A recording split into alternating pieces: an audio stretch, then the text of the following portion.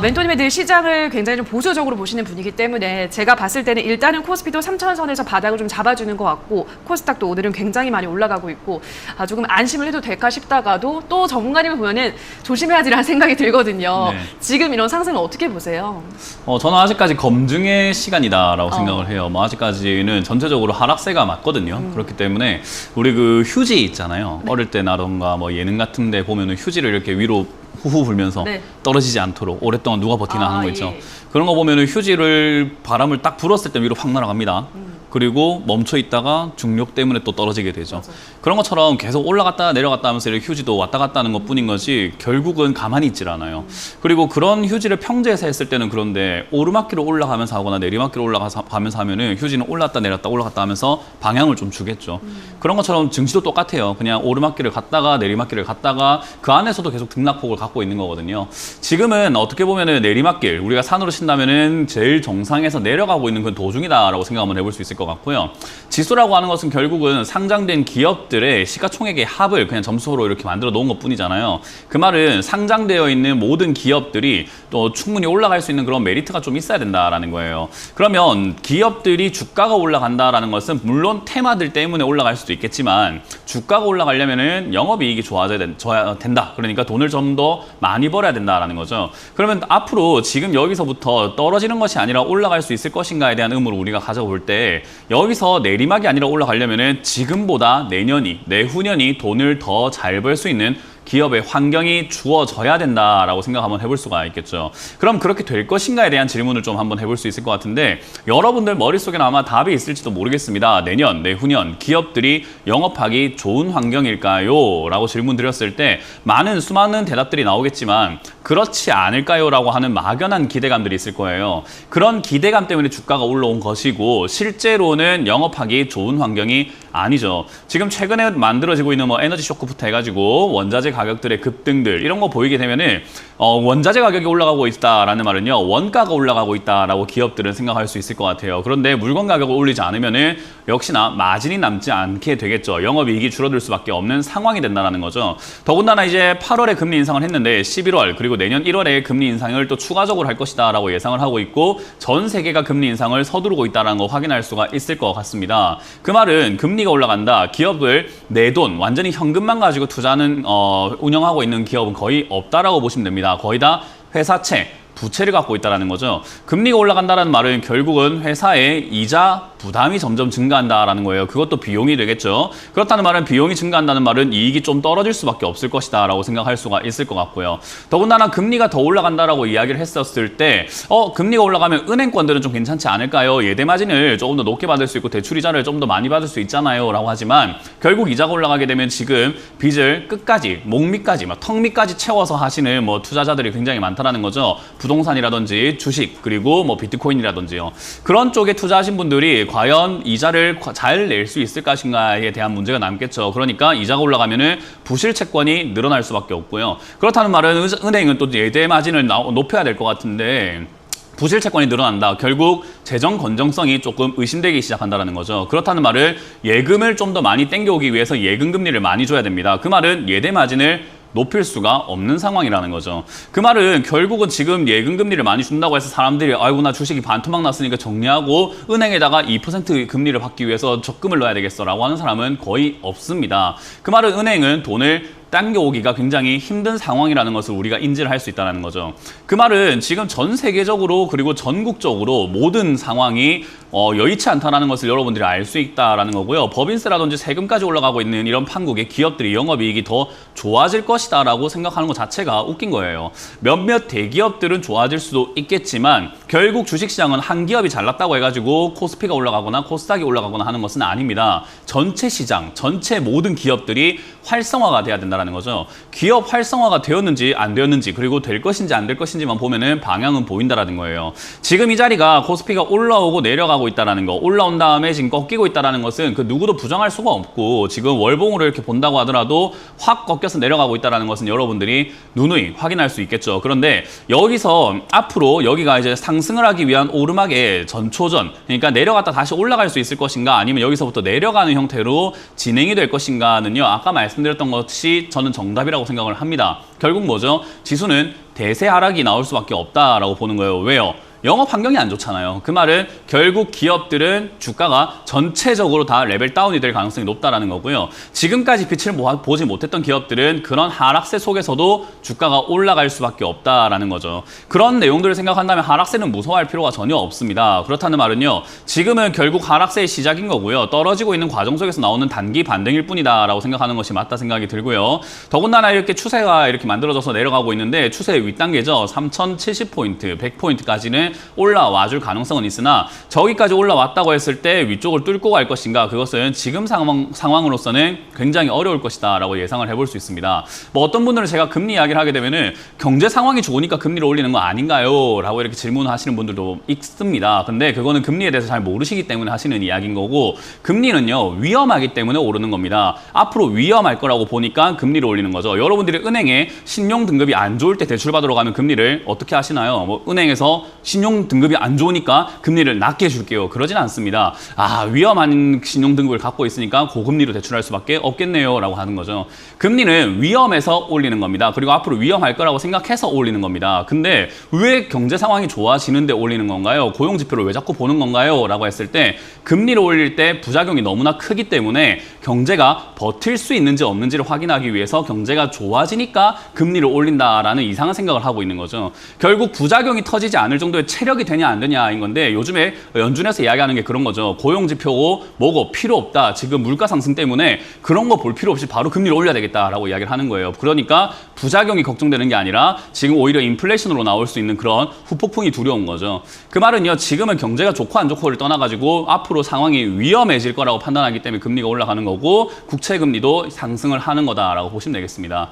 자, 결국은 지금 증시는요. 하락세로 진행이 되고 있는 거고 저는 5월 10일 이후로 현금화 80% 했다라고 말씀을 드렸는데 5월 10일 정도부터 해서 지금까지는요. 현금화를 할 수 있는 충분한 기간이 있었습니다. 지금 많은 분들 느끼실 거예요. 지금 와가지고 현금화하려고 하니까 안 되죠. 오늘 반등이 좀 나온다고 하더라도 내 본전도 아니고 지금까지 20-30% 빠졌는데 아니 오늘 5% 올라와서 뭘 합니까? 라는 거잖아요. 맞아요. 그러니까 현금화는 미리 하는 거였다라는 거예요. 그래서 제가 현금화를 미리미리 좀 하세요라고 말씀을 드렸던 거고 여기서부터 매매를 그냥 안 할 겁니다. 욕심내지 않을 겁니다. 라고 말씀드렸던 게 자꾸 욕심내다 보면 끝도 없다라는 거예요. 결국 지금은 반등 나올 때 여러분들이 할 수 있는 건요. 비중을 좀 줄여서 반등을 이용해서 현금화를 좀 시켜내는 거라고 생각을 하고요. 아직은 뭐 매도할 타이밍까지는 아닌 것 같습니다. 지금은 검증의 자리라고 말씀드렸죠. 이 자리에서 반등이 나와준다면 3,100포인트까지 올라올 것이고 그러면 여러분들이 들고 있는 종목들도 최소 뭐 5%에서 많게는 20-30%까지도 상승을 해줄 수 있을 겁니다. 그때 그걸 이용해서 본전 탈출하시는 게 어떨까? 어떤 분들은 여기서 추가 매수하면 되지 않나요? 라고 하시는데 여기서 반등이 나온다가 아니라 나올 수 있다인 거죠. 그렇다는 말을 나오지 않으면 다시 또 하락세로 저점을 깨고 내려가면서 반대 매매 장세가 등장합니다. 그러면은 아마 이번에 또 저점 깨면은 2,700포인트, 600포인트까지 논스톱으로 밀려버릴 수 있다는 거예요. 추가 매수 그래도 하실 건가요? 안 하고 싶죠. 그리고 안 하는 게 맞습니다. 지금 올라오면은 추가 매수하지 않은 상태로 현금화 시키는 게 제일 맞는 것 같고요. 지금 여기서 추가 매수를 안 하고 떨어지게 된다면은 다음이 추가 매수 기회가 나올 수 있기 때문에 조금 더 유지하고 기다려보는 것이 맞다. 지금은 테스트를 한번 해보자. 이 자리에서 반등이 나오는지 나오지 않는지를 같이 한번 지켜보자라는 조언을 드려볼 수 있겠습니다. 네, 오늘도 현금화 중요성 또 강조해 주셨습니다. 이 점 참고하시기 바라고요. 바로 시청자분들의 상담 시작해 보도록 하겠습니다. 자, 그럼 저희는 유튜브 상담으로 넘어가도록 할게요. 첫 번째 댓글은 코스모스님께서 올려주셨습니다. 캐리소프트 14,065원에 10% 추매를 해서 단가를 더 낮춰도 될까요? 목표가는요? 라고 하셨는데요. 마침 또 추매 이야기가 나왔네요. 지금 추매하는 거 어떻게 보세요? 추매를 해도 되는 기업이 있고 안 되는 기업이 있고요. 그리고 두 번째 추매를 해도 되는 상황이 있고 안 되는 상황이 있어요. 이 기업 자체는요 적자가 굉장히 심한 기업입니다. 네. 상당히 심한 기업인데 이것도 이제 뭐 그 비대면 산업이라든지 또는 코로나를 통해서 뭐 핑크퐁이라든가 또는 뭐 방탄소년단 BTS죠 그런 쪽에 영향을 받으면서 이익이 나겠거니 하는 그런 기대감으로 이렇게 올라왔던 산업이에요. 그래서 어린이 애니메이션 TV라든가 이런 것들 하고 있다 보니까 좋겠지 했는데 좋기는 안 좋습니다. 좋기는 뭐 안 좋은 거죠. 지금 보면은 난리가 났어요. 지금 적자가 어마어마하게 심하게 나오고 있고요. 4년 적자 위험이 있습니다. 올 연말 지나고 나면 이거 관리 종목 들어갈 가능성이 높겠죠. 관리 종목 들어가면은 지금 현재 주가보다 반토막 이상 날 수밖에 없다. 그 말은 이 종목은 이제 내려가는 일만 남아 있고요. 지금 앞으로 계속 떨어질 일만 남아 있다라는 거예요. 중간중간 반등이 한 번씩 나와줄 수는 있겠으나 반등 그거 언제 어떻게 나올지는 우리가 알 수가 없는 거고, 전체 시장 그림으로 봤을 때 객관적으로 본다면 이 종목은 앞으로 계속 주구장창 내려가서 2,000원 이하로 떨어지는 것이 맞다라고 보여집니다. 살아날 방법이 없다라는 거죠. 그렇다는 말은 추가 매수를 지금 함부로 해서는 안 된다라는 거예요. 이 종목은 추가 매수할 종목도 아닌데다가 추가 매수할 타이밍도 아닌, 둘 다 아닌 종목이니까 그냥 애초에 안 샀어야 되는 종목이고, 샀다라고 한다면은 반등 나올 때 빨리 정리하고 나오는 게 맞는 기업이라는 거죠. 이거 올 연말 지나고 나면 내년 2월에 관리 종목 빠집니다. 관리 종목 들어가면 여러분들 이 종목 들고 계시는 분들 탈출 불가능합니다. 그렇기 때문에 반드시 명심하시고 빠른 시일 내에 반등 줄 때 정리하자는 전략을 드려보겠습니다. 네, 자 그럼 다음 댓글도 확인할게요. 이번에는 뚜왕님께서 올려주셨습니다. 효성 TNC 81만 원에 10% 많이 빠져서 손실이 너무 큰데 매수가 부근까지 올 수 있을까요? 라고 하셨는데요. 많이 올라간 만큼 또 많이 조정을 받고 있습니다. 60만 원대까지 내려왔는데 매수가까지 올 수 있을까요, 멘토님? 이제 그거는 하늘에 맡겨야 돼요. 왜냐하면 이렇게 고가까지 올라온 종목들이 매수가까지 다시 갈 수 있을까라는 질문에 제가 갑니다라고 말하기도 좀 애매하고요. 네. 안 갑니다라고 말하기도 좀 애매해요. 왜냐하면 이거는 단순히 진짜 힘의 싸움이죠. 매수의 힘과 매도의 힘. 그러니까 앞으로 이걸 더 올라갈 거라고 생각하는 사람들이 많아서 매수에 점점 공격적으로 들어가게 되면 주가는 올라가니까 본전까지 올 가능성이 생기는 거고요.